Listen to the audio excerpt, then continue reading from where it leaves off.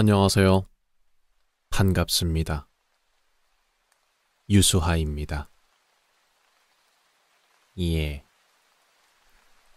오늘은 도시전설이나 무서운 이야기는 아닙니다. 나무위키 항목을 뒤져보다가 좀 재미있는 걸 찾아가지고 여러분들께 읽어드리고 싶어서 가져왔습니다. 바로바로 대학교 교수님의 독특한 시험 문제라고 하는 나무위키 문서입니다. 우리나라에 정말 여러 대학교들이 있는데 그렇게 많은 대학교만큼 다양하고 독특한 교수님들도 많이 계실 겁니다. 그런 교수님들께서 냈던 독특한 시험 문제에 대한 나무위키 문서입니다. 얼마나 독특한 문제들이 있었을지 지금부터 저와 함께 알아보도록 하겠습니다. 먼저 첫 번째로 건국대학교입니다. 건국대학교의 모 교양 수업에서 기말고사 문제에 학생이 조별과제를 하면서 어떠한 창의적인 기법을 활용했으며 어떻게 조원들과 어울렸고 왜 우리 조가 다른 조에 비해서 우월한지에 대해서 설명하라 라고 하는 문제가 나왔습니다. 근데 이게 전형적인 먹튀 방지용 문제였다고 하고요. 학생들의 단결력을 묻는 문제다 보니까 다들 멘붕에 빠지기도 했습니다. 무임승차했던 학생들이나 조별과제를 싫어하는 학생들은 상당히 당황했다고 전해지는 문제입니다. 야, 이건 진짜 숨 막힌다. 그죠?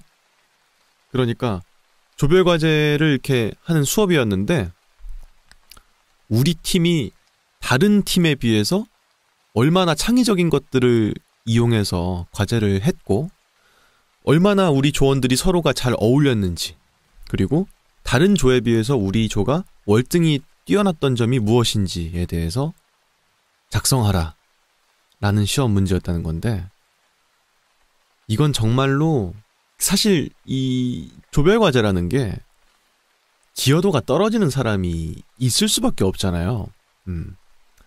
그런 사람은 상당히 멘탈 붕괴가 왔을 것 같아요, 진짜로. 그리고 결국은 다른 조에 비해서 우리 조가 뛰어난 점을 적으라는 게 약간 좀 함정같이 느껴지기도 하잖아.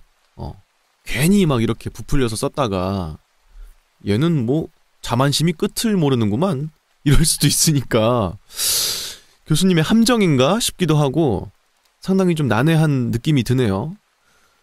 근데 제가 봤을 때 아주 진지하게 쓴다는 그런 느낌이라기보다는 그냥 이제 솔직하게 본인이 이제 어떤 식으로 조별과제를 했는지를 적으라는 내용인 것 같은데 두 번, 세 번 꼬아서 보면은 약간 좀 어렵게 느껴질 수도 있을 것 같아요. 하여튼간에 저도 조별과제를 상당히 싫어하는 사람 중에 하나였는데 이런 시험 문제를 제가 맞이하게 된다면 상당히 난처할 것 같다. 이런 말씀을 좀 드릴 수 있을 것 같네요. 다음 두 번째 건국대학교의 시험 문제도 있는데요. 한 심화교양 과목은 중간고사를 마라톤 5km 완주로 대신해서 학생들에게 신선하다는 평을 받기도 했습니다. 중간고사? 이 종이에다가 펜으로 뭘 써야 된다는 고정관념을 버리라는 거예요. 제가 봤을 때 아마 근데 모르긴 몰라도 체육 관련된 수업이었겠죠? 네.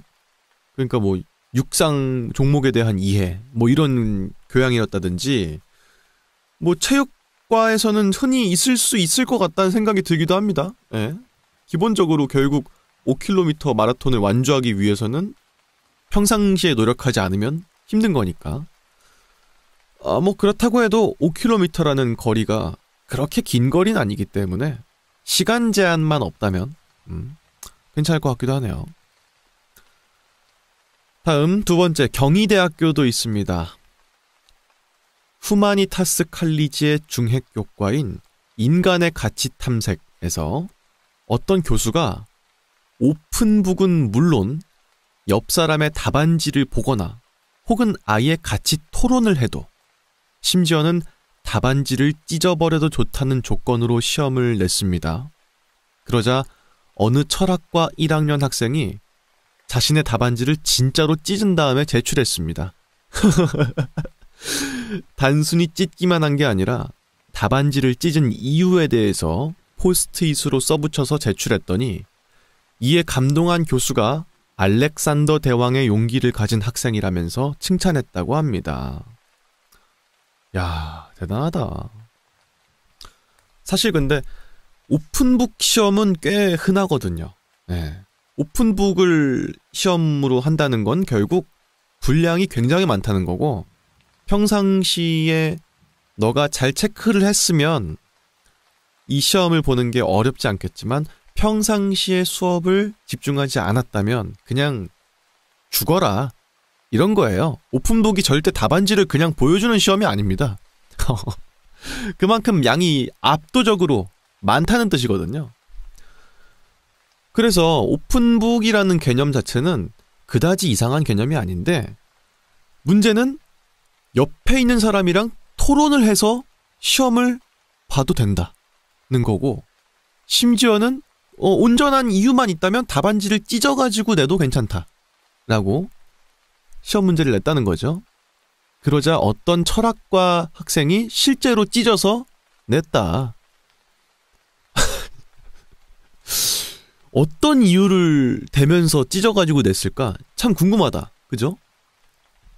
근데 인간의 가치 탐색이라는 이 교과목이었다고 하니까 아무래도 가치에 대해서 논하는 거에 분개해서 답안지를 찢어서 인간이라는 그런 종족을 이런 식으로 가치를 판단할 수가 없다, 난 이거를 보지 않겠다, 뭐 이런 식의 내용이 아니었을까 하는 생각이 들기도 하고요.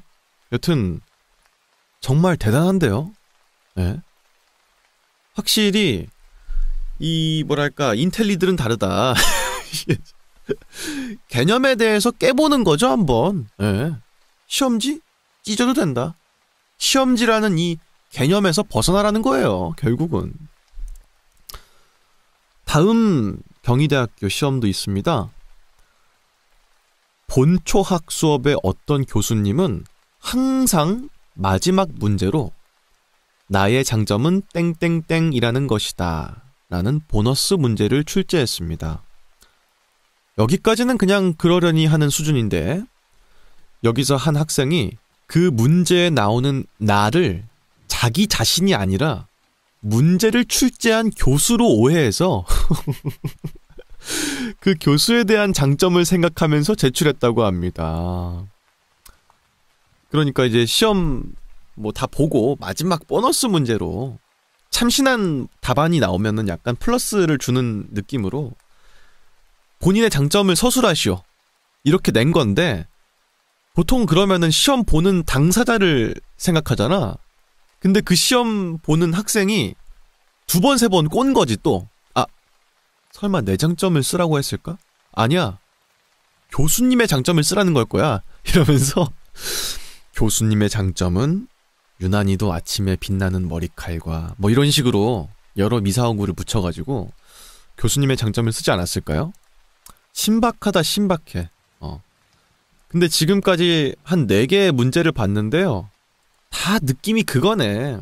학생들이 너무 복잡하게 생각해서 문제가 더 어려워진 경우들도 꽤 있는 것 같아요. 그죠? 여튼간에 경희대학교의 문제였습니다. 다음 고려대학교의 문제도 있습니다.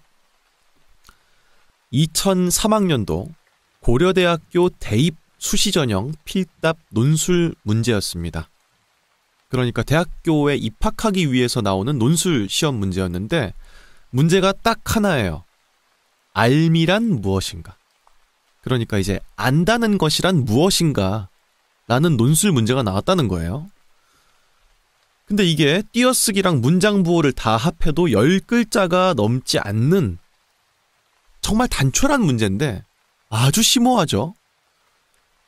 지금이야 각 학교의 대입 논술에 워낙 난해한 문제들이 많이 나오지만, 당시에는 대한민국 대입고사 최초로 고려대학교 수시 논술에서 저런 난해한 문제가 나와서 대비가 전혀 안 되어 있던 수많은 응시생들을 절망에 빠뜨리게 되었습니다. 이후 대한민국 많은 학교들이 고려대학교를 참고 삼아서 그 뒤를 따르게 되었습니다. 라는 거네요. 그러니까 이제 논술 전형으로 학교에 들어간다. 이게 어떻게 보면 시험 문제를 내가 알고 있는 거를 막 공부해서 쓰는 것보다도 말빨이 좋은 친구들은 논술로 내가 어떻게 비벼가지고 고려대학교 들어갈 수 있지 않을까? 이런 사람들이 분명히 있었을 거란 말이에요. 그런 사람들이 알미란 무엇인가? 라는 시험 문제 딱 봤을 때 진짜 멘탈 나갔을 것 같아. 이거 어디서부터 어떻게 말을 해야 되나? 안다는 거에 대한 정의부터 들어가야 되나? 아니면 그 정의에 대해서 서술하는 것도 뻔한 게 아닐까?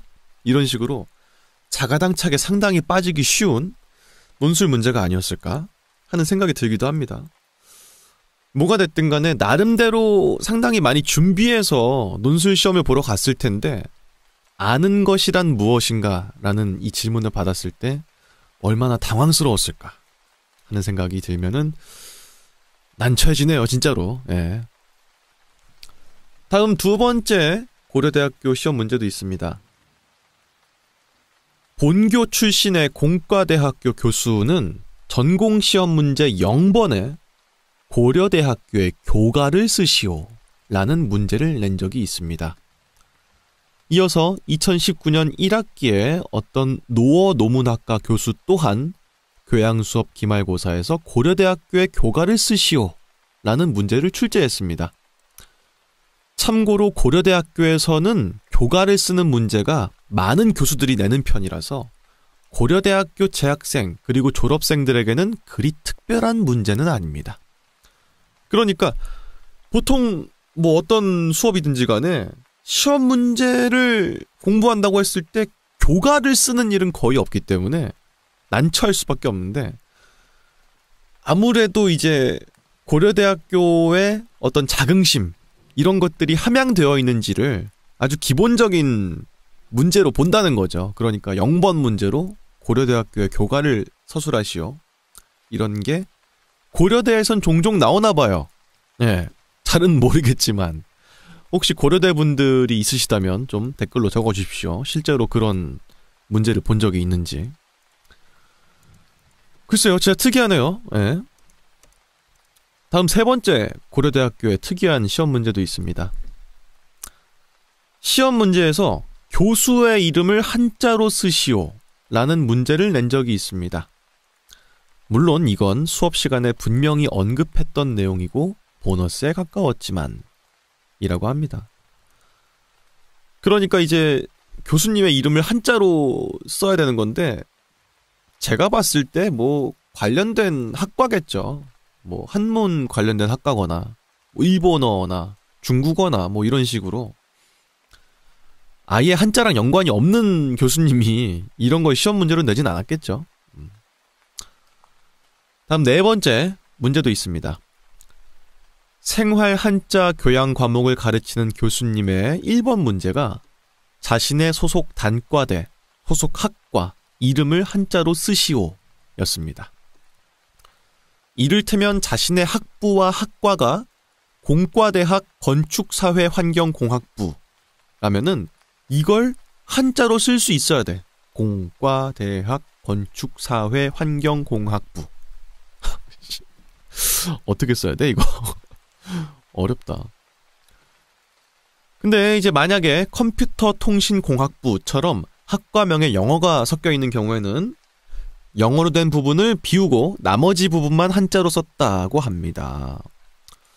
근데 이건 납득이 돼요. 왜냐면은 이 애당초의 과목 자체가 생활 한자면은 충분히 납득이 되죠. 다음 다섯 번째 시험 문제도 있는데요. 선택 교양 중에서 삼국유사와 고려사의 세계를 담당했던 교수님이 2010년에 중간고사를 앞두고 답안지에 한자를 최대한 많이 쓸수록 가산점을 주겠다 라고 했는데 물론 의도는 삼국유사에 나온 여러 고유명사를 한자로 쓰라는 것이었습니다. 그런데 몇몇 답안지에 자신의 단과대, 학과, 학번, 이름까지도 한자로 채워진 막장 사태가 발생했고요. 심지어 문장 성분까지도 한자로 채우거나 아예 중국어, 일본어로 쓴 답안지도 등장했다고 합니다. 결국 중간고사가 끝난 뒤 여러분 단어만 한자로 쓰시면 됩니다 라고 정정했다고 합니다. 해당 교수는 2016년까지도 한자를 쓰면 추가 점수를 줬다고 합니다. 와, 이분은 진짜 독특하시다. 이 어쨌든 간에 원래의 목표는 본인 과목이 삼국유사와 고려사의 세계니까 거기에 나오는 용어에 대해서 한자로 최대한 많이 알고 있으면 그걸 써달라.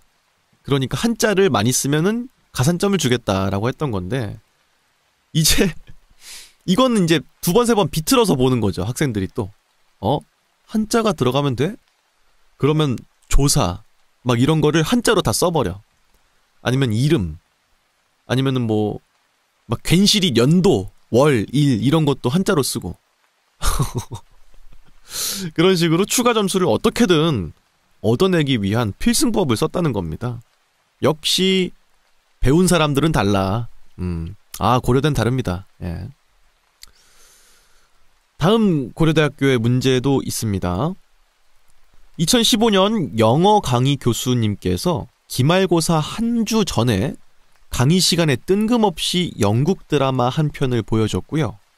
강의를 마치면서 시험에 너무 부담 갖지 말라 라는 말을 남겼습니다. 기말고사의 문제는 자신이 주인공이라고 가정하고 그 영국 드라마에 나온 갈등 상황을 어떻게 해결할지를 쓰는 것이었습니다. 다행히 대략적인 줄거리도 주었고 갈등 상황도 수업 시간에 배운 내용으로 해결할 수 있는 것이었습니다. 다만 이 영들을 따로 찾아서 본 사람은 없는 듯합니다. 라는 거네요.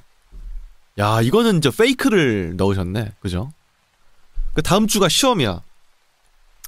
전주에 막 시험에 뭐 나올지 이런 거 짚어주기도 바쁜 시간일 텐데 갑자기 교수님이 와가지고 영드 한 편 보여주시는 거죠.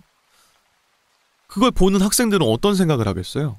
아, 다음 주가 시험이지만 교수님이 우리 생각해서 조금 쉬어가라는 의미에서 드라마 한 편 보여주시는구나 라고 생각했는데 다음 주에 시험 문제가 저번 주에 봤던 영국 드라마 거기에 나왔던 상황이 본인이라고 가정하고 어떻게 해결할지에 대해서 서술하시오. 이런 식의 시험 문제였다는 거죠. 교수님도 이렇게 페이크를 넣어가지고 참 대단하네요. 야, 이건 근데 진짜 약간 그런 느낌도 있어요. 아니, 평상시에 수업을 막 했으면 수업이니까 들었겠지. 근데 갑자기 저희 드라마 한 편 봅시다 하면서 불 끄고 드라마 보여주시면 안 본 사람들도 꽤 많을 거 아니야. 아, 이거 쉬어가는 시간이네. 공부 아니네. 안 봐 그럼. 이런 애들도 분명 있었을 거라고. 그런 부분들을 좀 캐치해가지고 수업에 얼마나 참여하고 있는지를 확인하기 위한 교수님의 어떤 하나의 방편이 아니었을까 하는 생각이 들기도 합니다. 그리고 다음 고려대학교의 시험 문제 또 있습니다. 2014년에 어떤 교수님께서 중간고사 전 시간에 시험을 볼 때 출제자의 의도를 정확하게 파악하란 말이야. 시험 문제 총 4문제 나올 거야 라고 말을 했어요. 그리고 다음 주에 시험을 보게 됐는데 실제로 시험에서도 4문제가 출제가 됐습니다. 근데 3번 문제만 유달리 난해한 문제였습니다.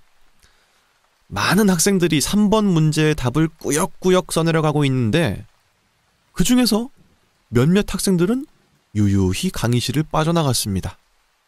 그 이유는 맨 아래쪽에 이 중에 3문제를 택해서 쓸 것이라고 적혀 있었기 때문에 이라는 거죠.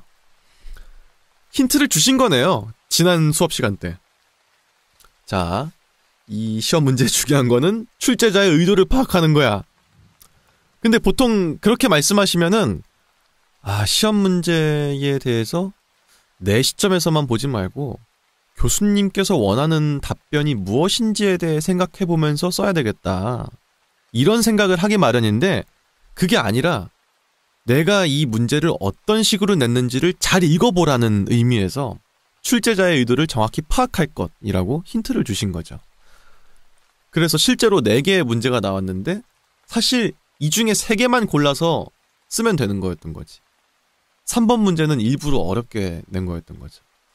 결국 끝까지 시험 문제를 읽어보지 않은 사람들만 3번에서 막혀가지고 골머리를 썩게 됐다는 신박하네요.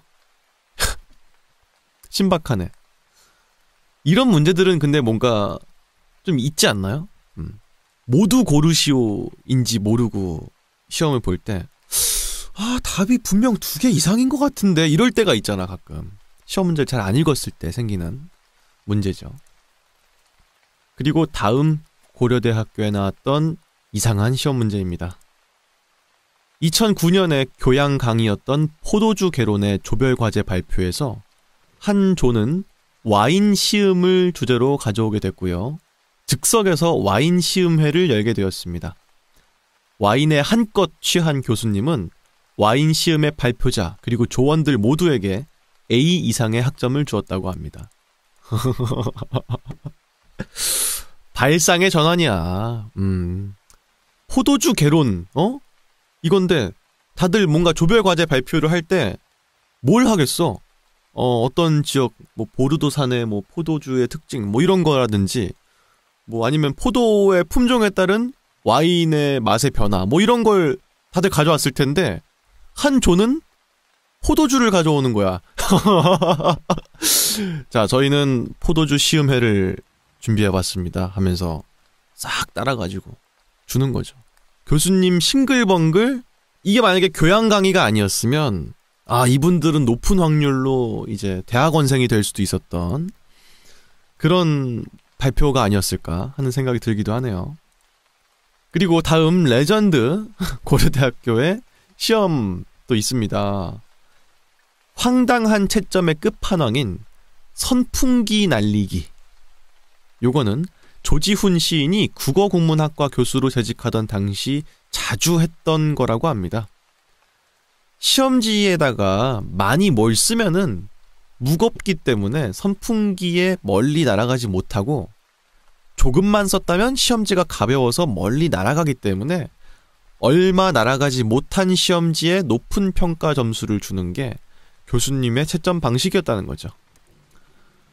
이거는 글쎄 악용의 용의가 상당히 많지 않나요? 이거에 대해서 2번, 3번 비튼다면 시험지를 새카맣게 칠하는 사람도 있을 거 아닙니까? 뭔가 무게를 많이 늘리기 위해서 혹은 뭔가 무게를 늘릴 만한 뭐 스테이플러를 찍는다든지 뭐 이런 식으로 할 수도 있을 것 같아요. 근데 왠지 고려대라면 그런 부분도 약간 고평가를 해서 좋은 점수를 줄 것 같기도 해. 뭔가 창의력 점수 이런 느낌. 근데 제가 봤을 때 이게 좀 뜬금없기도 하고 공부 열심히 한 사람한테는 되게 불리한 그런 거잖아요. 선풍기에다가 내 시험지를 날려가지고 채점을 한다는 게 쉬 납득되는 어떤 채점 방식은 아닌데 제가 봤을 땐 오히려 그런 것 같아요. 교수님이 생각하기에 다들 훌륭한 학생이고 누가 뭐 낫다 누가 못하다 이런 걸 판가름하기가 좀 본인이 어려우니까 그냥 균등한 기회를 주는 게 아니었을까 하는 생각이 들기도 해요. 극단적으로 긍정적으로 보면. 여튼 그렇고요. 다음 고려대학교의 특이한 시험 문제입니다. 2016학년도 2학기 기말고사 사고와 표현이라는 강의에서 시험 문제로 100년 뒤의 역사학자라고 본인을 가정하고 촛불 집회에 대한 역사적 판단을 내려보시오 라고 하는 희대의 괴문제가 나왔습니다. 야, 이건 기가 막히네, 타이밍이. 그러니까 저 당시가 이제 그 전 대통령님의 탄핵 시위 같은 것 때문에 전국민적인 촛불 시위의 물결이 좀 일었던 시기죠. 그거에 대해서 판단을 내려보라는 게 아니고 시험 문제는 본인이 100년 뒤에 역사학자라고 가정했을 때 이게 지금 어떤 과거로 기억이 될지에 대해서 한번 서술해보라 라고 하는 시험 문제였다는 겁니다. 야, 이건 근데 생각해 볼 만한 점이다. 그죠? 왜냐면 결국 역사라는 것은 승자들의 기록이고, 당장은 되게 악한 일이라고 생각했던 일들도 미래에는 되게 긍정적으로 바꿔서 기록되는 경우들도 있으니까, 어떤 식의 우리나라가 미래를 맞게 될지에 따라서 아마 시선들이 많이 바뀐 채로 시험 문제가 제출되지 않았을까? 누구는 긍정적이었을 거고, 누구는 부정적이었을 수도 있죠. 그렇기 때문에 사고방식을 한번 좀 뒤흔드는 시험 문제가 아니었을까 하는 생각이 들기도 합니다. 그리고 다음, 이번엔 고려대학교의 의과대학 해부학 수업에서 있었던 신박한 시험 문제입니다. 의과대학 해부학 교실의 어떤 교수님께서 2021년 기말고사가 코로나 바이러스 때문에 취소가 되자 기말 과제로 기말고사를 직접 출제해 볼 것을 제시했습니다. 야, 대단하네. 그러니까 이제 시험을 대체해서 과제로 이제 시험 평가를 내리게 된 건데, 그 과제가 직접 시험을 출제해 보라. 멋있다 이거 좀. 그죠? 학생들을 상당히 믿지 않는다면 이런 식의 과제를 내는 게 좀 어렵지 않나요? 그죠? 그리고 결국 누군가에게 알려주기 위해서 혹은 어떤 거에 시험을 내기 위해서라면 결국 그 지식에 대해서 본인이 가장 잘 알고 있어야 되기 때문에 이거는 진짜로 학생들을 상당히 믿는 교수님이 낸 게 아닐까 하는 생각. 그리고 스스로 뭔가 학습하는 걸 항상 강조했던 분이라면 충분히 이런 식의 문제도 냈을 수 있겠다, 이런 생각이 들기도 합니다. 근데 진짜 멋있네요 이거는. 그죠? 다음 마지막 고려대학교 의과대학 해부학 교실의 시험입니다. 2023년 해부학 2차 시험에서 인페리어 스코터럴 아테리에 대해서 설명하라는 문제를 냈습니다. 근데 요 방금 말한 이게 혈관에 대한 설명인 건데 사실 존재하지 않는 혈관이었대. 그래서 여기다가 어떤 단어라도 쓴 학생은 모두 오답 처리가 되었다고 합니다. 그래서 본인을 믿어준 건 고맙지만 학생들이 자신의 선택에 대해서 자신감을 가졌으면 좋겠다라고 모두의 앞에서 이야기했다라는 후일담도 있다고 합니다. 그러니까 이게 앞전에 있던 거랑 약간 연결되는 느낌이 있어요. 나를 믿는 것도 좋지만 공부하는 학생들 본인들을 상당히 믿는 분인 것 같아요. 그러니까 내가 야, 아라고 하면 아야, 이런 교수님이 아닌 거지. 아라고 했을 때 교수님 그거 아가 아닌데요? 어인데요? 이렇게 말할 수 있는 학생들을 뭔가 함양하고 싶었던 것 같아요, 교수님 입장에서는. 그러니까 오답을 유도하는 문제까지도 냈다는 거죠. 신박하다. 근데 교수님이 문제를 낸 거다 보니까 학생들은 그거에 대해서 의심하진 않잖아. 기본적으로 문제가 잘못됐을 거란 생각은 안 하니까. 하여튼 의대는 다르다. 이런 생각이 듭니다. 다음 광운대학교의 신박한 시험 문제입니다. 2018년 전자기학 2 시험에서 12시간 동안 풀어야 하는 설계 문제가 출제되었습니다. 와, 미쳤다. 그 문제는 전자기학의 이론을 바탕으로 실제 회로 설계와 구현을 요구하는 문제였습니다. 학생들은 하루 종일 문제를 풀면서 밤을 새우는 경우가 많았습니다. 시험이 아니라 프로젝트 같다는 평이 나올 정도로 과중한 시험이었고요. 수많은 학생들이 체력적으로 고생을 했습니다. 라는 거네요. 도대체 시험 문제가 어떻게 해야 12시간 동안 풀어야 되는 걸까? 근데 이제 설계 문제라고 했으니까 어떤 시험 문제의 어떤 조건을 바탕으로 뭘 내가 풀어내야 되는 그런 거였겠죠. 수식이라든지 구조 같은 것들을 직접적으로 설계를 계산을 하지 않으면 풀 수 없는 문제이기 때문에. 근데 꽤나 복잡하면 시간이 길게 걸렸겠죠. 그래서 12시간 동안 풀어야 되는 문제가 있었다. 대박이네. 진짜 이건 진짜 시험 문제를 알고 모르고가 문제가 아니라 12시간 동안 풀 수 있는 체력을 갖추고 있느냐가 상당한 관건이었겠는데요. 그리고 다음 광운대학교의 신박한 시험 문제 또 있습니다. 2019년 알고리즘 과목에 대한 기말고사에서 자신의 점수를 스스로 예측하고 그 근거를 시간 복잡도의 측면에서 서술하시오. 라는 보너스 문제가 출제되었습니다. 실제로 예측이 적중한 학생에게는 가산점이 부여가 됐고요. 3명의 학생이 점수 역전에 성공을 했습니다. 와, 기가 막힌다.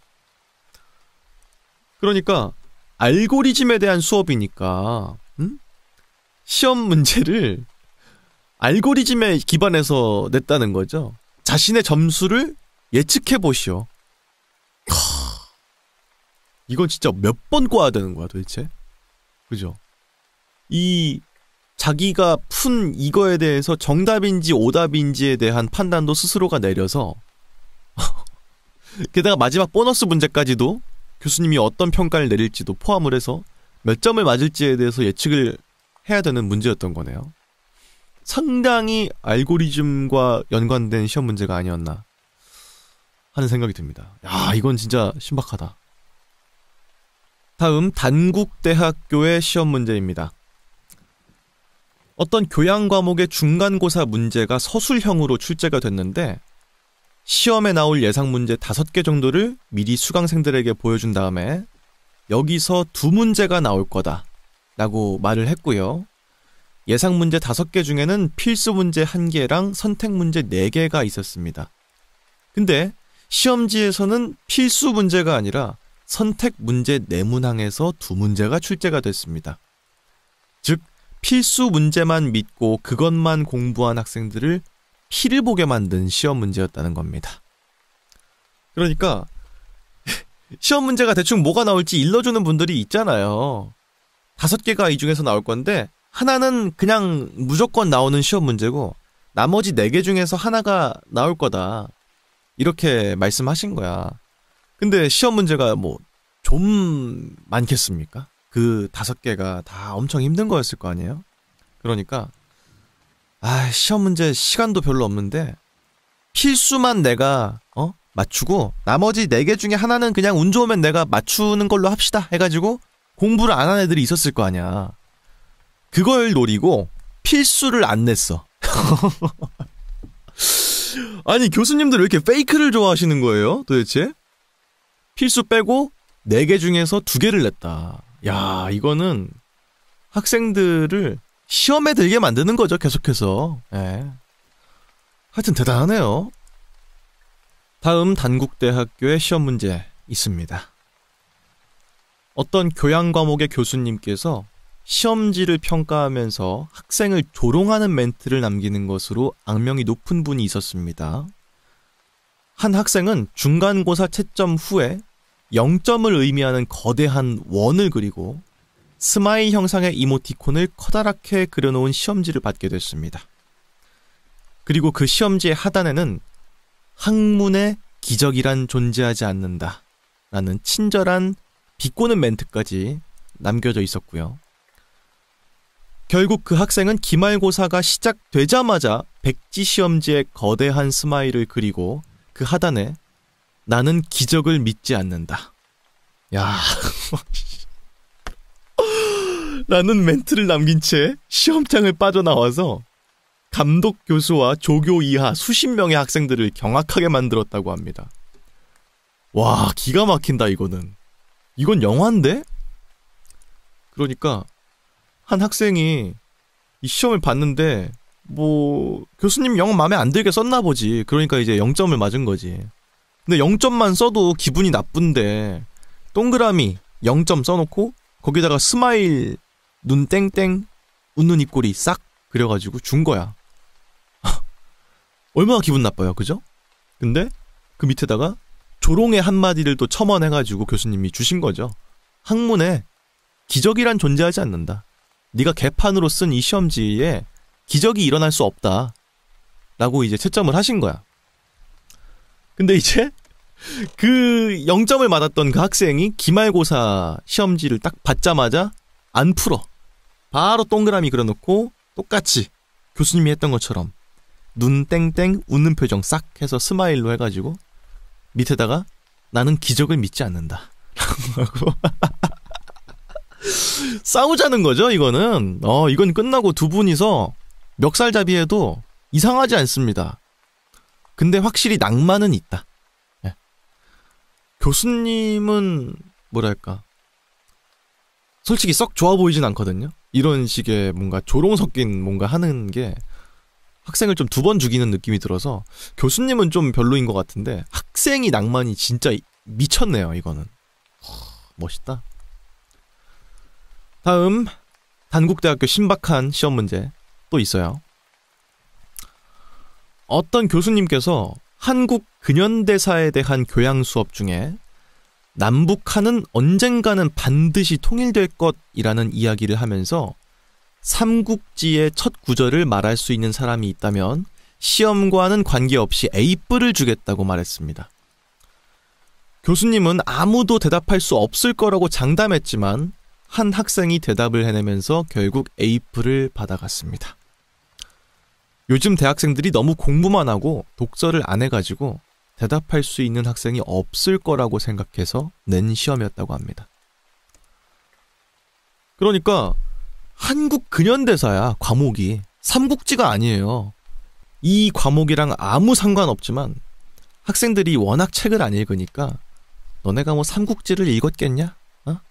싶으니까 삼국지의 첫 구절을 아무거나 아무 구절이나 말할 수 있는 사람은 내가 A풀을 주겠다 했는데 실제로 그걸 외우고 있던 사람이 있었던 거죠. 그래서 A풀을 받아갔다는 레전드 사례네요.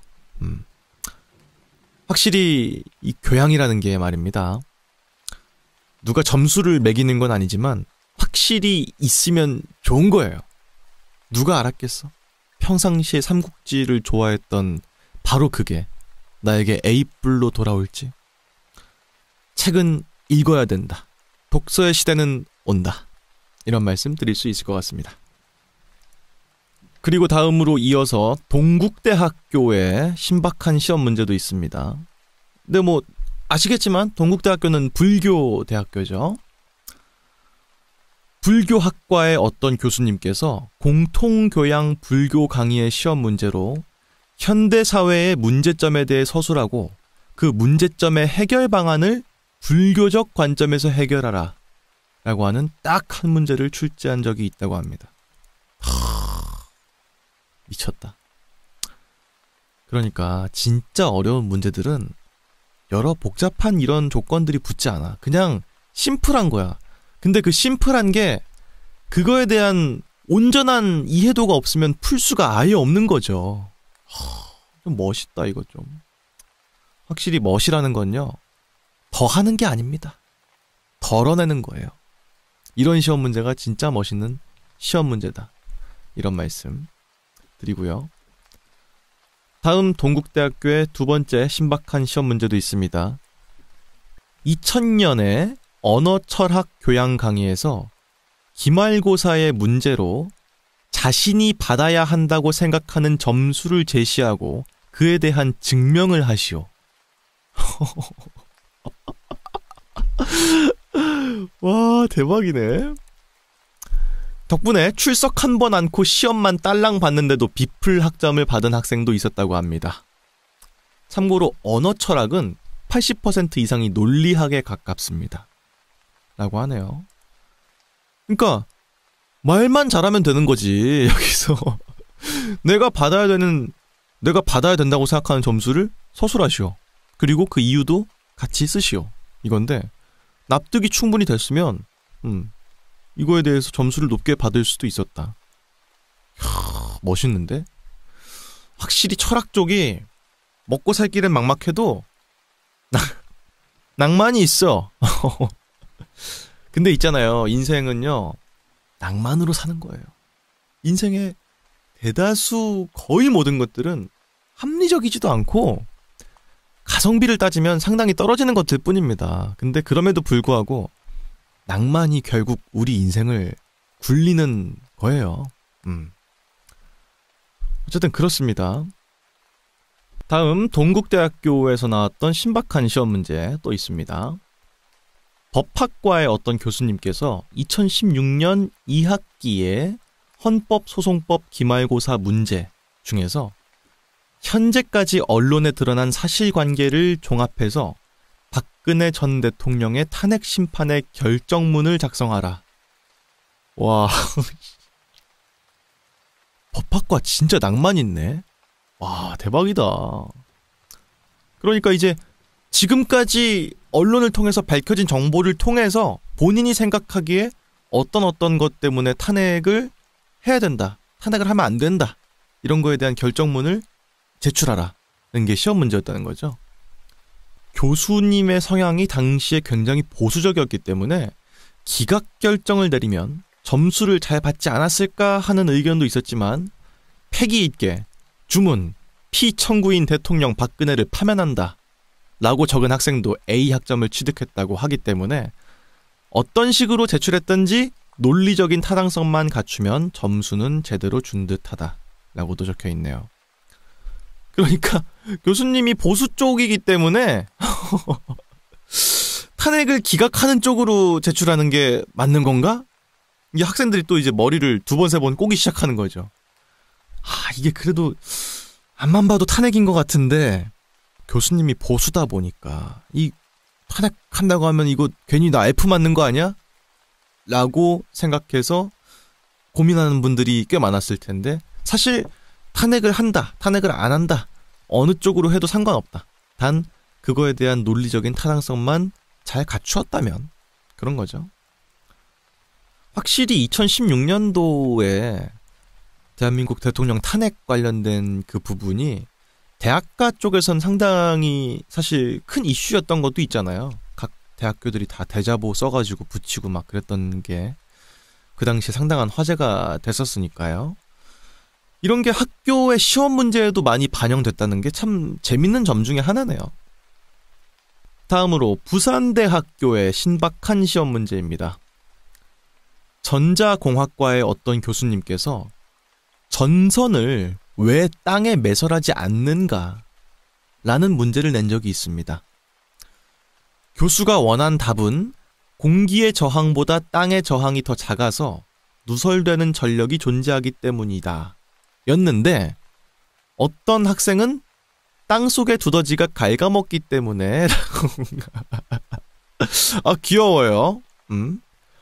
공기 중에다가 전선을 놓는 게 땅에다가 전선을 매립하는 것보다 저항값이 이제 적어서 누출되는 전력이 생길 수가 있기 때문에 전선을 굳이 땅에다 매립하지 않는다라는 답을 듣고 싶었는데 어떤 약간 귀여운 학생은 전선을 땅에다가 묻으면 두더지가 갉아먹을 수 있기 때문에 라고 적었다는 거죠.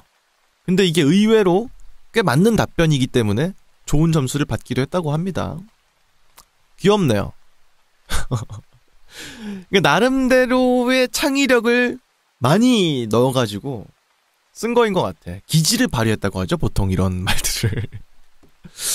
틀렸다고 하긴 좀 어려운 식의 개념을 제시하면서 논외의 그런 문제로 끌고 가는 겁니다. 오히려 학생이 교수님을 시험에 들게 만드는 거죠, 이런 답변들은. 다음 부산대학교의 2번째 신박한 시험 문제입니다. 철학과의 기말시험에서 교수님께서 학교 화단에 피어있던 장미를 하나 꺾어와서 학년, 이름, 학번, 기임란뿐인 시험지를 배부하고 칠판에 화단에 있던 이 장미가 교탁 위로 오게 된 이유를 불교의 윤회론에 입각해서 서술하라 라고 적은 후에 나갔다고 합니다. 너무하다, 너무해. 그러니까 이제 그냥 빈종이를 준 거예요, 그냥 학생들한테. 교수님이 이제 시험을 치러 들어오셨는데 웬 장미 꽃다발을 들고 들어오시는 거죠? 학생들은 그래서 웬 장미를 어디서 받으셨나 싶었을 텐데 사실 그게 시험 문제였던 거임. 그러니까 불교는 윤회 사상을 믿지 않습니까? 죽더라도 다시 이제 윤회를 통해서 육도 세계에 어떤 뭐 생물로서든지 다시 태어나서 업을 깎아나가는 그런 과정을 수행하게 되는 게 불교의 믿음이거든요. 그러니까 지금은 인간이지만 다음 생에선 아수라 세계의 어떤 모로 태어날 수도 있고 혹은 뭐 천상계의 모로 태어날 수도 있고 뭐 그런 건데 장미로 환생할 수도 있는 거예요, 사람이. 근데 이 장미가 교탁에 오게 된 이유를 윤회론에 입각해서 서술하라 라고. 아, 철학과 멋있다. 철학 진짜 멋있네요. 낭만이 있다. 예, 그죠? 근데 확실히 저도 대학 다닐 때 철학 수업을 들은 적이 있었는데 철학 교수님이 미묘하게 다른 교수님들이랑은 약간 풍기는 느낌이 달라요. 뭔가 속세에서 약간 좀 아웃사이더인 채로 삶을 약간 관조하는 느낌이 있어. 약간 뭐랄까 아우라가 있어요. 여튼 그런 느낌이네요. 확실히 이것도. 다음 부산대학교의 세 번째 신박한 시험 문제도 있습니다. 정치외교학과의 기말 시험 중에서 다음 교수 중 가장 강의를 잘한 교수는? 이라는 문제가 객관식으로 나온 적이 있었습니다. 근데 소신껏 고른 학생들 때문에 해당 문제를 출제했던 교수가 원했던 목적을 이루진 못한 것처럼 보입니다.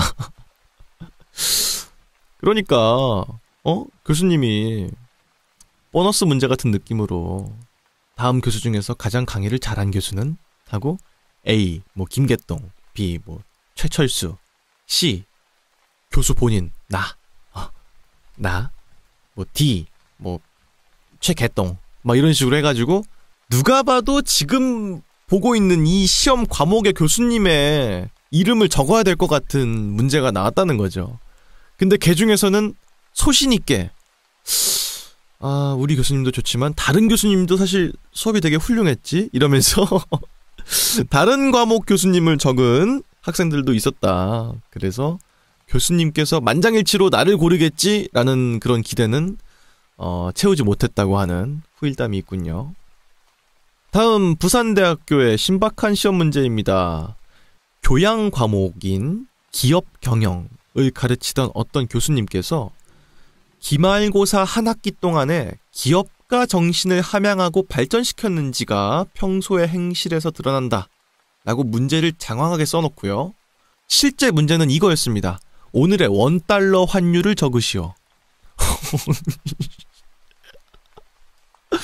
근데 그 문제는 전체 8개 문제 중에서 40점 만점에 9점을 차지하는 아주 중요한 문제였습니다. 와, 대단하다. 그러니까 이제 과목 자체가 기업 경영이기 때문에 제일 중요한 게 뭐겠어요? 기업을 경영할 수 있는 자기의 어떤 책임감 함양, 이런 게 한 학기 동안 너가 스스로 정말 기업가로서의 생각, 마인드셋 이런 걸 잘 정비했니? 이걸 묻고 싶었던 거야. 너가 기업가라면 원달러 환율을 매일매일 체크를 안 했을 리가 없다. 이거인 거죠. 그래서 오늘의 원달러 환율을 적으시오 라는 시험 문제가 있었다는 겁니다. 근데 이거는 사실 이것만 보면 약간 좀 그럴 수 있나 싶은데 이 수업 자체가 기업 경영이니까 이 원달러 환율을 적으라는 게 사실 어떻게 보면 되게 기본적인 거잖아요. 그죠? 그래서 납득이 되기도 하네요. 이 교수님도 상당히 또 운치가 있으시네. 멋있습니다. 다음 부산대학교에 나왔던 신박한 시험 문제입니다. 어떤 교양 교수님께서 면접식으로 시험을 보는 걸로 유명했는데 고고학이 무엇입니까? 라는 해당 교수의 말에 학생은 어떤 물건이 우리에게 무엇을 말해주는지 밝혀내는 것이라고 하는 아주 평범하고 정석적인 답을 했는데 그 말을 듣자마자 교수님께서 책상 위에 올려져 있던 종이컵을 싹 들면서 그럼 이 종이컵은 우리에게 무엇을 말하고 있습니까? 이 정도면 광기인데? 이 정도면은. 아니, 고고학이 무엇이냐라고 물었으니까 사전적인 정의를 한 거죠. 물건을 통해서 이 물건이 우리에게 무엇을 말하는지를 밝혀내는 학문이다. 근데 앞에 있는 종이컵을 싹 들고 그럼 얜 지금 우리에게 뭘 말하고 있습니까? 기가 막히죠? 약간 이 정도면은 무섭네요. 교수님의 사고방식이 좀 무서워요. 저는 이렇게까지 가면은. 이거는 제가 학생이었다? 그럼 진짜 어버버 하다가 나올 수밖에 없었을 것 같아요. 대단하네요. 그리고 이어서 상지대학교의 신박한 시험 문제입니다. 어떤 교양 과목의 교수님께서 고르기아스의 철학 사상을 쓰시오 라고 하는 문제를 냈습니다. 이것만 보면 아무 문제가 없어 보입니다만 고르기아스의 기본 철학 사상은 존재라는 것은 없다. 설령 존재한다고 해도 알 수가 없다. 안다고 해도 그것을 타인에게 말할 수 없다. 라는 식의 사상이었다는 겁니다. 그렇기 때문에 자기가 공부한 게 나왔다고 생각한 어떤 학생이 A프를 맞을 거란 기쁜 마음에 들떠서 공부한 걸 열심히 써서 4장을 꽉 채웠는데 막상 성적을 보니까 C플 C+를 받아서 교수님께 찾아가서 항의했더니 교수님께서 가장 완벽한 답은 백지로 내는 것입니다. 짧으면 짧을수록 정답에 가까워집니다. 라는 답변을 했다고 합니다. 그러니까 고르기아스의 철학 사상에 대해서 본인이 완벽하게 이해를 했다면 존재라는 것은 없다는 철학이기 때문에 답을 쓰지 않아야 정답인 거야. 굳이 채우려고 해? 아직 범부구만. 아직까지도 깨우치지 못했어. 고르기아스 철학을 이해하지 못했다고. 당신은 C플. 대단하네요. 교수님을 의심해봐야 되는 거구나. 저는 대학 다닐 때 이런 교수님 없었는데 제가 순한 교수님들만 봐왔나봐요. 어쨌든 이 정도도 진짜 광기에 가깝다고 생각합니다. 예, 하여튼 그렇고요.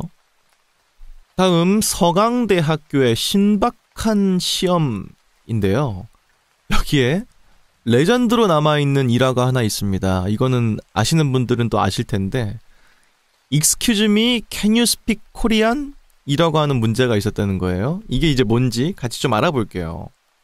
자, 지금 보시는 나무위키 문서는 서강대학교 여담에 대한 문서입니다. 여기에 Excuse me, can you speak Korean? 이라고 하는 이제 문항이 있는데요. 1999년 땡월 땡일 서강대학교 땡땡관 1층의 영어회화 강의실. 중간고사를 대신해서 상황 설정에 따른 영어 실력으로 점수를 준다고 했다. 시험 대신에 영어를 얼만큼 잘 구사하는지에 따라서 평가 결과를 매기겠다. 이렇게 말씀을 하신 거예요. 자, 미국에서 있을 법한 상황에 대해서 나름대로의 실력을 발휘해서 대화를 해라. 라고 교수님께서 말씀을 하셨고 A라는 학생에게는 대한민국에서 미국의 관광차 찾아간 한국인 그리고 B라는 학생에게는 미국에 사는 현지인 이렇게 역할을 준 거예요. 자, 둘이 대화 한번 해봐. 미국에서 있을 법한 대화를 해봐. 라고 제시를 한 겁니다. 근데 A 학생이 Excuse me, can you speak Korean? 한국말 할 줄 아냐고 물어본 거죠? 그랬더니 B 학생이 기지를 발휘했어요. Yes, I can. 야, 그리고 A 학생이 한국 분이시군요. 반갑습니다. 자유의 여신상 가려면 어떻게 해야 돼요? 그러자 B 학생이 예, 저기서 녹색 버스 타시고 내정거장 가가지고 내리시면 됩니다. 그 말을 듣고 A 학생이 감사합니다. 그리고 B 학생이 이어서 예, 타국에서 모국인에게 그 정도는 해야겠죠. 안녕히 가세요. 라고 했고요. 교수님은 그걸 보고 있을 법한 상황이기 때문에 인정한다. 그래서 정답으로 인정한다. 라고 해서 A+를 받았는데요. 야, 기가 막히네. 근데 약간 문제가 있어요. 처음에 Excuse me, can you speak Korean? 이라고 했던 A군은 A를 받았고요. 그거에 대해 답변을 했던 현지인 역할을 했던 B 학생은 A를 받았습니다. 한 명은 A, 한 명은 A를 받은 건데 성적이 다르죠, 둘이? 이유가 있습니다.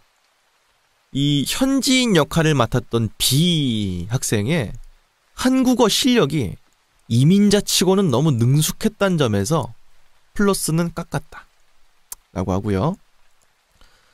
교수님은 이 시험 이후로 이 관련된 답변을 패러디할 경우에는 무조건 F에 처하겠다 라고 하는 경고도 했다고 합니다.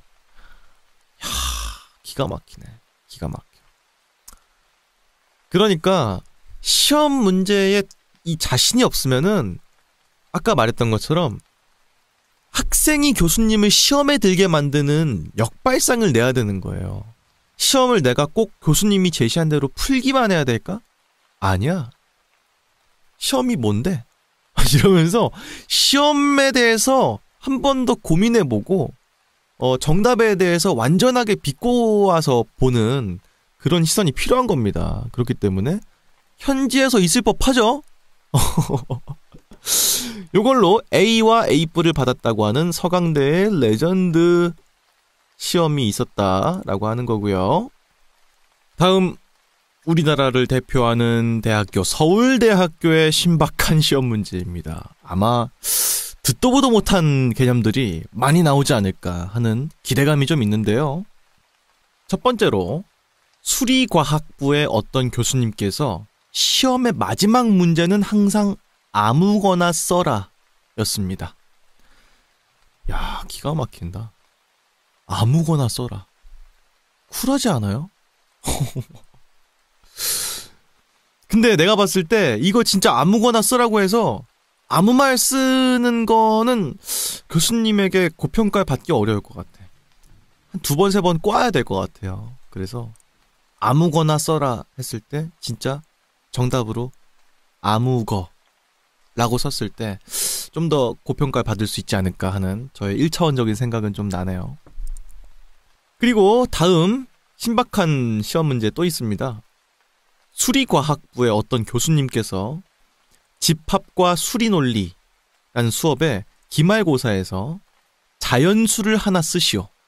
그리고 여러분이 적은 자연수가 모든 수강생들이 적은 자연수의 평균의 절반에 가까울수록 더 높은 점수를 받게 될 것입니다. 라는 문제가 등장했습니다. 교수가 의도한 모범 답안은 수강생 전원이 0을 적어서 모두가 승리하는 것이었습니다만 까보니까 별별 이상한 답들이 나왔다고 합니다. 결국은 자연수를 적은 학생 전원에게 비슷비슷한 점수를 주게 됐고요. 자연수가 아닌 숫자를 적은 경우에는 최하점을 주었다고 합니다. 이 문제를 출제했던 교수님은 2020년쯤에 은퇴해서 명예교수로 재임 중이고요. 참고로 이런 식의 문제는 평균의 3분의 2 문제라고도 불리고 있고 게임 이론 같은 응용 수학 분야에서 다뤄지기도 했습니다. 라는 거죠. 그러니까 이 자연수를 쓰라는 게 그냥 숫자를 아무거나 쓰라는 거예요. 아무거나 썼을 때 여러분들 학생들이 제출한 답안지의 그 수의 평균을 냈을 때 거기에 절반에 가까울수록 높은 점수를 받을 것이다 라고 한 건데 사실 필승법이 있었어. 모든 사람이 0을 쓰면 평균치가 0이고 그 평균치에 가까운 점수는 곧 0이니까 모두가 만점을 받을 수 있는 수업의 정답이었던 거죠. 그래서 모두가 0을 냈을 때 다들 만점을 받을 수 있는 시험이었던 건데 모두가 2번, 3번 꼬니까 이제 자, 누군간 0을 쓸 거라고. 하지만 누군가는 100을 쓸 거야. 하지만 이걸 노려가지고 1000을 쓸 수도 있겠지. 이렇게 계속 꼬다 보니까 온갖 수가 다 나왔다는 거지. 그렇기 때문에 그냥 자연수를 쓰면은 점수를 줬고 자연수가 아닌 걸 쓰면은 이제 낮은 점수를 주신 거죠. 근데 이런 식으로 조건부로 정답이 오고 가는 요런 인간의 심리를 반영한 이런 게임 이론의 한 분야의 시험을 내신 거죠. 근데 이제 사실 간단하게 해결할 방법이 있었는데 모두의 이기심과 모두가 남들보다 높은 점수를 받고 싶다라는 그 이기심, 상대방은 어떤 걸 냈을까에 대해서 두 번, 세 번 꼬는 그런 복잡한 사고 때문에 모두가 만점을 받을 수 없었다는 게임 이론의 증명이네요. 그야말로 교수님은 학생들을 가지고 실험을 했다 라고 봐도 무방하지 않나 이런 생각이 듭니다. 다음 서울대학교의 신박한 시험 문제 또 있습니다. 물리천문학부의 어떤 교수님께서 1학기 일반 물리학 기말고사의 마지막 문제로 물리학이란 무엇인지 간단히 논의하라. 야, 근데 이게 너무 어렵잖아, 솔직히. 제가 영문과니까 그 영문학에 대해서 간단하게 서술하시오. 이게 얼핏 보면 간단해 보이는데 상당히 어려울 수 있잖아요. 게다가 이제 교수님은 엄청나게 많이 아는 사람인데 학생은 알아봤자 학생 수준으로밖에 못할 거 아니야. 그러니까 답을 쓰는 게 상당히 망설여지는 거잖아요. 어줍잖게 아는 척했다가 큰일 날 수도 있으니까. 내가 봤을 때 근데 그럼에도 불구하고 교수님은 그냥 심플하게 네가 아는 정의에 대해서 서술하라는 의미였을 것 같아요. 근데 받아들이는 학생들은 복잡하게 생각하면 한도 끝도 없이 복잡해지는 거기 때문에 그래서 어려워진 문제가 아닐까 하는 생각이 들기도 합니다. 다음 서울대학교의 신박한 시험 문제입니다. 어떤 교수님께서 헌법 과목의 시험 문제로 헌법적인 것의 본질을 논하라 라는 문제를 내서 수강생들을 당혹시킨 적이 있었습니다. 그러니까 이게 심플한 게 더 강하다니까. 법학과 교수님께서 헌법적인 것의 본질을 논하라 이런 시험 문제 내면은 학생들 다 정신 나가는 거예요. 이러면은 내가 봤을 때 교수님은 이런 걸 통해서 약간의 쾌감을 느끼시는 것 같아. 학생들을 곤혹에 빠뜨렸을 때 오는 카타르시스, 이게 또 있잖아요. 이런 느낌이 드네요. 다음 서울대학교에 다음 신박한 시험 문제도 있습니다. 컴퓨터 공학부의 어떤 교수님께서 시험의 첫 번째 문제는 대체로 객관식 문제를 여러 개 해서 구성을 해가지고 내는데 그 중에 한 문제로 당신은 0.5점을 받고 싶은가? A, 예, B, 아니요 가 나온 적이 몇 번 있습니다. 사실 그 둘 중에 아무거나 선택해도 0.5점을 줍니다. 다만 이 외의 행위를 만든다든지 아무것도 선택하지 않으면 점수를 주지 않습니다. 라는 거네요. 문제 자체가 페이크가 들어가 있는 거죠. 아까 봤던 거랑 좀 유사한 부분이 있는 것 같아요. 당신은 과연 당신의 점수가 몇 점일 거라 예상합니까? 이거. 교수님들이 다들 심리학을 전공하셨나봐. 어쨌든 상당히 두 번, 세 번 꼴 수밖에 없는 그런 문제들이 많네요. 다음 서울대학교의 신박한 시험 문제 또 있습니다. 불교 철학 수업에서 공사상에 대해서, 불교의 공사상에 대해서 서술하시오 라는 문제가 나왔는데 백지를 냈던 사람이 해당 문항에서 만점을 받았습니다. 야, 그러니까 이제 불교든지 원불교든지 공사상을 좀 믿는 경향이 있는데 이제 모든 인과관계는 인연으로 이어져 있고 실체는 존재하지 않는다라는 거에 대한 이제 믿음인 겁니다. 그러니까 공사상이 무엇인가? 실체가 없음이란 말이에요. 그러니까 정답도 적지 않아야 정답인 겁니다. 그래서 만점을 받았다. 근데 다음 해에 똑같은 문제가 또 나와서 공사상이 무엇인지 적으라는 문제에 아무것도 안 써야 만점을 받는데 라는 말을 듣고 다음 해에 백지를 낸 학생들은 0점을 받게 됐습니다. 왜냐? 그 답안은 표절이었기 때문이다. 그러니까 교수님도 공사상에 대해서 정의를 서술하길 원했는데 한껏 이거를 꿰뚫어 본 학생이 공사상이란 비어있음, 색즉시공 공즉시색이라 이러면서 아무것도 적지 않고 낸 사람에게 탄복한 거죠. 아, 맞구나. 곧 비어있음이구나 하면서 예외적으로 고평가를 했던 거지 실제로 아무것도 적지 않기를 바란 건 아니었던 거죠. 교수님도. 여튼 이따금씩 이렇게 아무것도 내지 않는 게 가장 효과적일 때가 있다는 게 참 놀랍고요. 침묵은 금이다 이런 말도 있지 않습니까?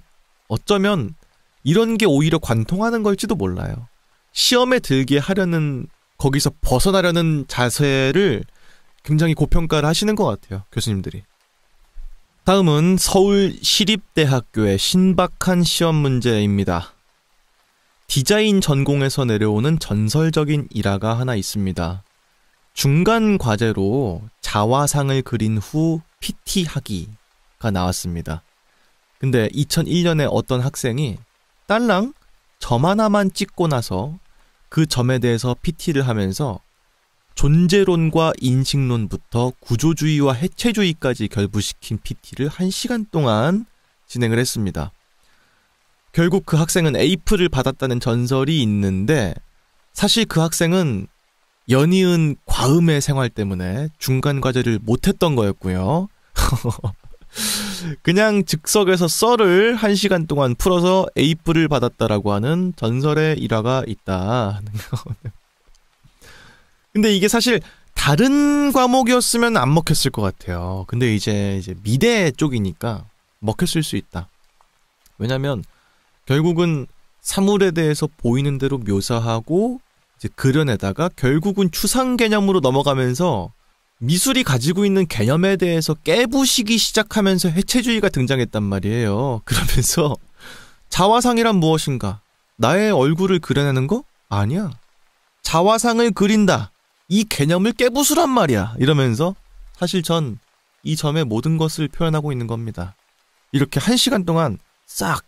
근데 이걸 봤을 때 어떻게 보면은 미술계의 사조에 대해서 잘 보여주는 느낌이 들기도 해요. 왜냐면 이제 미술 계통은 꿈보다 해몽이다. 뭐 이런 말들도 있잖아요. 왜냐면은 막 붓 하나 싹 해가지고 막 10억 막 이렇게 되는 작품들이 있거든요. 항상 논란의 여지가 있죠. 있기도 하고 씁쓸하기도 하고 그러네요. 다음은 성균관대학교의 신박한 시험 문제입니다. 어떤 교양 기말 시험에서 당신이 암에 걸릴 확률을 서술하시오. 도대체 어떤 교양이었길래? 이런 생각이 들기도 하고요. 그죠?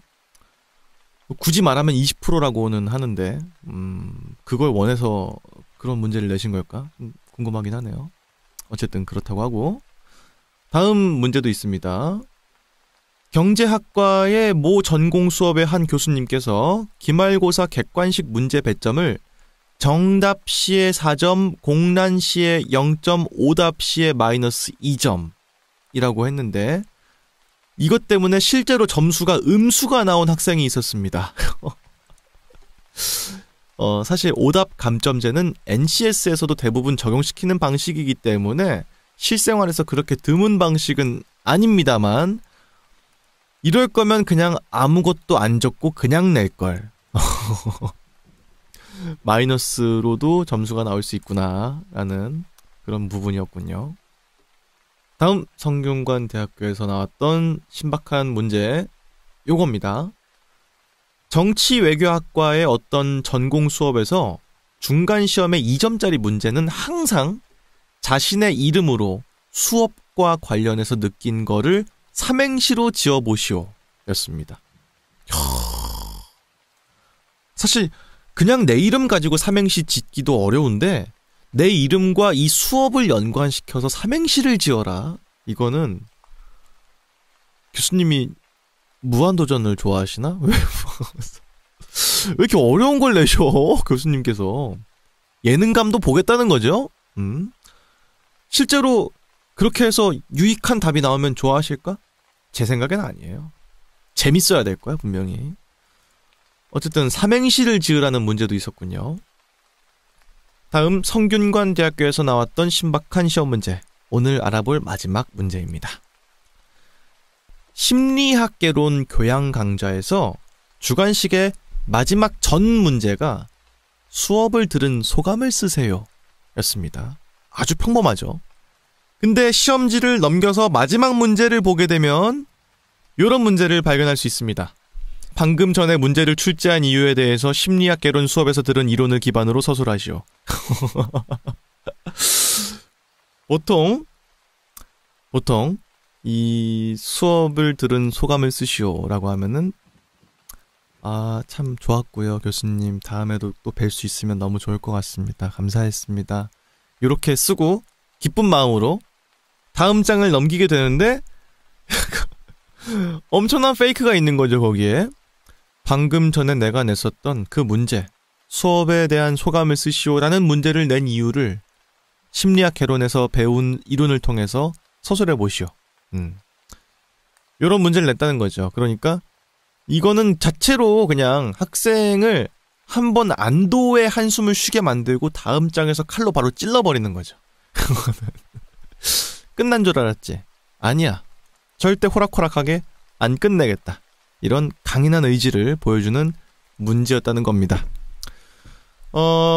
다 알아본 건 아닙니다. 다음에 또 알아볼 기회가 있을 텐데 뭐가 됐든 간에 참 재밌는 거는 교수님들이 학생을 얼마나 시험에 들게 하는 걸 좋아하시는지를 엿볼 수 있는 시간이었던 것 같고, 두 번째로 재밌는 점은 교수님도 생각하지 못했던 답안을 제출할 경우에 학생들에게 굉장한 고평가를 내린다는 게 상당히 좀 의미심장하게 남는 부분이기도 하네요.